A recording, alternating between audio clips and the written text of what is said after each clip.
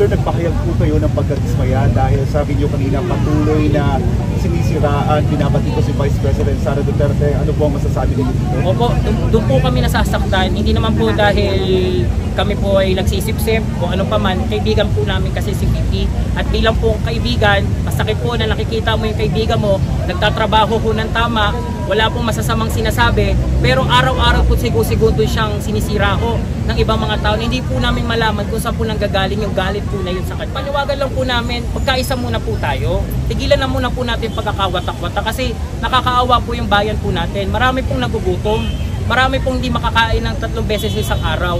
Ang panawagan lang naman po namin, magkaisa tayo kasi tayo po yung nanalo. Tayo po yung unity team. Tayo po dapat yung magkakasama. Pero parang lumalabas po ngayon, parang oposisyon na po kami. Parang kaaway na po kami. Kaaway na po si VP Sara. Check. Gawin na po. Bali, ay po ba yung parang sama-samang effort na simultaneous, wala po sa inyo, wala po kayo pa yung lang. Opo. Magandang ang nangyari po ngayong gabi po, nagtawag po ako ng suporta po kay VP Sara dito sa lungsod ng Maynila, dito po sa NCR. Kasi po alam naman po natin sa Davao City po, mainit na po ang suporta kay VP Sara. Kami naman po mga taga Maynila, so nakikita lang po namin sa kanya, yung mainit pa rin po namin suporta sa kanya. Sir, nagpahayag po kayo ng pagkadismaya dahil sabi niyo kanina patuloy na sinisiraan, binabati ko si Vice President Sara Duterte. Ano po ang masasabi niyo dito? Opo, doon po kami nasasaktan. Hindi naman po dahil kami po ay nagsisipsip o ano pa man. Kaibigan po namin kasi si VP. At bilang po kaibigan, masakit po na nakikita mo yung kaibigan mo, nagtatrabaho po ng tama, wala pong masasamang sinasabi, pero araw-araw po sigo-segundo siyang sinisira ko ng ibang mga tao. Hindi po namin malaman kung saan po nanggagaling yung galit po na yun sa kanya. Ano bang panawagan niyo, sir, doon sa patuloy na naninira umano kay Vice President Sara? Opo, ang panawagan lang po namin, pagkaisa muna po tayo. Tigilan na muna po natin pagkakawatak-watak kasi nakakaawa po yung bayan po natin. Marami pong nagugutom, marami pong hindi makakain ng 3 beses sa isang araw. Ang panawagan lang naman po namin, magkaisa tayo kasi tayo po yung nanalo. Tayo po yung unity team. Tayo po dapat yung magkakasama. Pero parang lumalabas po ngayon, parang oposisyon na po kami. Parang kaaway na po kami. Kaaway na po si VP Sara. Ang kinalulungkot ko bilang kaibigan po ni VP Sara, bakit po ba, ano po ba ang galit sa kanya? Ba't po siya araw-araw sinisira? Kung sa 2028, sabi nga po niya, ilabas niyo na po siya sa listahan. Kung yun po ang threat, hindi po siya threat, kundi kasama po natin si Sara sa pag-unlad, kasama po ni Pangulong Marcos. Kasama niya po kami, magkakasama po, tayo po ang unity. Sir, ano po yung mangyayari if ever na patuloy pa rin ang paninira? Ano po ang maaaring gawin po ninyo? Ako personal, patuloy pa rin ang sigaw ng suporta sa kanya. Magtutuloy-tuloy pa rin ito. At ipakikita pa rin namin sa kanya na hindi lang sa Davao City o sa Mindanao ang suporta sa mga Duterte, kahit dito sa lungsod ng Maynila, kahit dito sa NCR, sa Luzon, kahit na nandito rin yung mga naninira sa kanya, mas marami po yung nagmamahal sa kanya. So yung narinig namin, walang bitawan. So we will, kung sakasali, sundin ko namin yung kasama dito, na magpatuloy pa rin hira. We expect na mag-help mga activities ng kami. Opo, sir. Opo, kino-confirm ko po yun. Kami naman po, payapa naman po kami naglulunsad. Karapatan naman po natin ito bilang Pilipino magbayad ng aming sentimiento.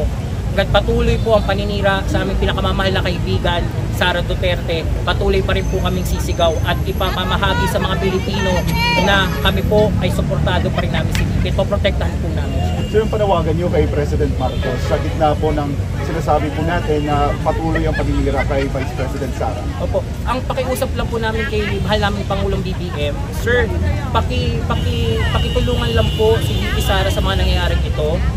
Kung ano po tayo ng unity, sana ganun pa rin po. Alam naman po namin na ganun pa rin naman po, lalo na yung pagtuloy niyo po sa kanya. Ang kinasasama lang po ng loob namin, yung mga ibang tao po na ginaninira sa kanya, protektahan nyo naman po siya. Samahan nyo naman po siya.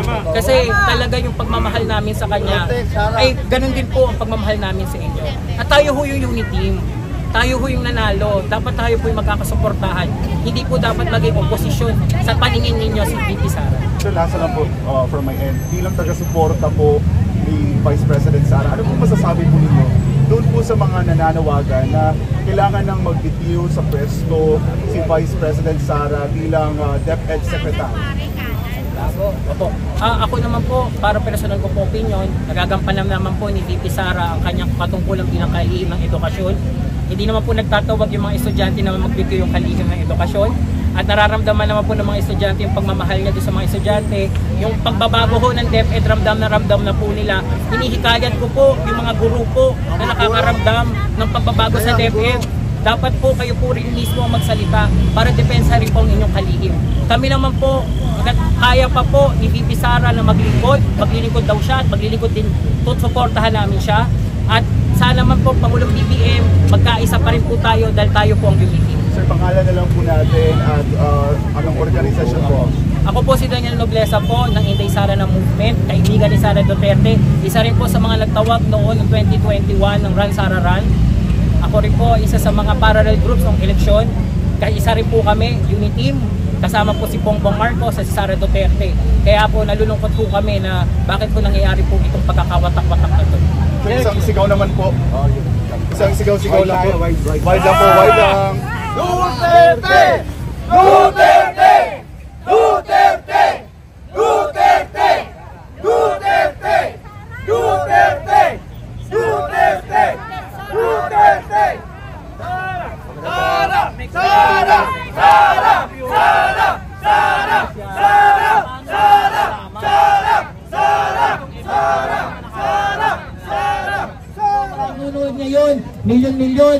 Maraming salamat po sa inyo. Tuloy ang ating mainit na suporta kay VP Sara. Protektahan natin siya, ipagdasal natin siya. At ang mensahe niya sa inyo, pasasalamat. At magtrabaho na tayo para sa bansang Pilipinas. Maraming salamat po. Magandang gabi po sa inyong lahat.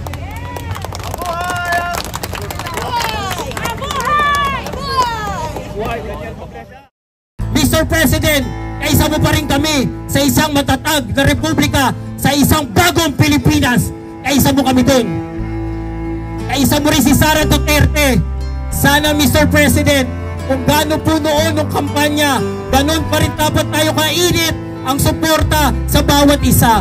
Sana po protektahan ninyo ang aming Vice Presidente na itinataya ang kanyang lahat-lahat para sa bayang ito. Batikusin nyo na ng batikusin. Pero alam ng Panginoon, alam ng Diyos na si Sara araw-araw naglilingkod sa bayang ito. Ni kahit isang masakit na salita, wala kayong narinig sa kanya. Kahit na araw-araw dyan tinatawag ng kung anong-anong mga salita. Ang salita lang ni Sara, magtrabaho tayo para sa bansang Pilipinas. Yun lang din ang hiling ko sa mga kababayan ko. Magtrabaho na tayo. Simulan na natin ang pagkakaisa. Huwag ang pagkawatak-watak. Dahil nakakahiya talaga tayo sa buong mundo. Sa panahong ito, dapat isang Pilipinas tayo. Walang kulay, hindi berde, hindi pula, hindi pink, hindi dilawan, kundi isang bayan na nagkakaisa para sa bagong Pilipinas. Mr. President, Madam Vice President, alam ko na napapanood mo na kami ngayon. Kami po ay lumuluhod sa inyong dalawa na magkaisa kayo para sa bansang Pilipinas. Ang apektado, ang bayan, sa bawat paguluhan, ang bayan ho natin ang nasisira. Ang mga kababayan ho natin nang umaasa ng tunay ng pagbabago. Muli, sana marinig na kami ng Palasyo ng Malacanang. Sana marinig na kami ni Sara Duterte na magkaisa na tayo. At sa mga minamahal namin mga congressman, mga senador, mga lingkod bayan, maglingkod tayo ng tama, pagkakaisa, hindi pagkakawatak-watak. Tigilan nyo na po ang PIPI na yan. Hindi ho namin kailangan ng PIPI. Ang kailangan ho namin, 20 pesos na bigas. 20 pesos na ipinangako natin na pinagtatawanan tayo ngayon dahil nag-triple pa ang presyo ng bigas. Magtulong-tulong po tayo. Hindi lang po si BBM ang susolusyon yan, kundi tayong lahat ng Pilipino. Tayo sa Kongreso, si BBM sa Malacanang, si Sara sa edukasyon, lahat magsama-sama tayo. Nagmamakaawa na po kami. Ang tagal-tagal pa po ng 2028. Ang galing nyo na po sa listahan ninyo si Sara na maging threat kung ano man pong pangarap ninyo sa 2028. Ang sabi lang niya, paglilingkod siya para sa bansang Pilipinas. Kalimutan na po natin ang pagkakawatak-watak. Pagkaisa tayo, hindi ho kami oposisyon. Kami po ay administrasyon dahil kasama mo kami. Yung 32 milyon na bumoto kay Sara, 31 milyon. Kami ho yun. Tayo po ang unity.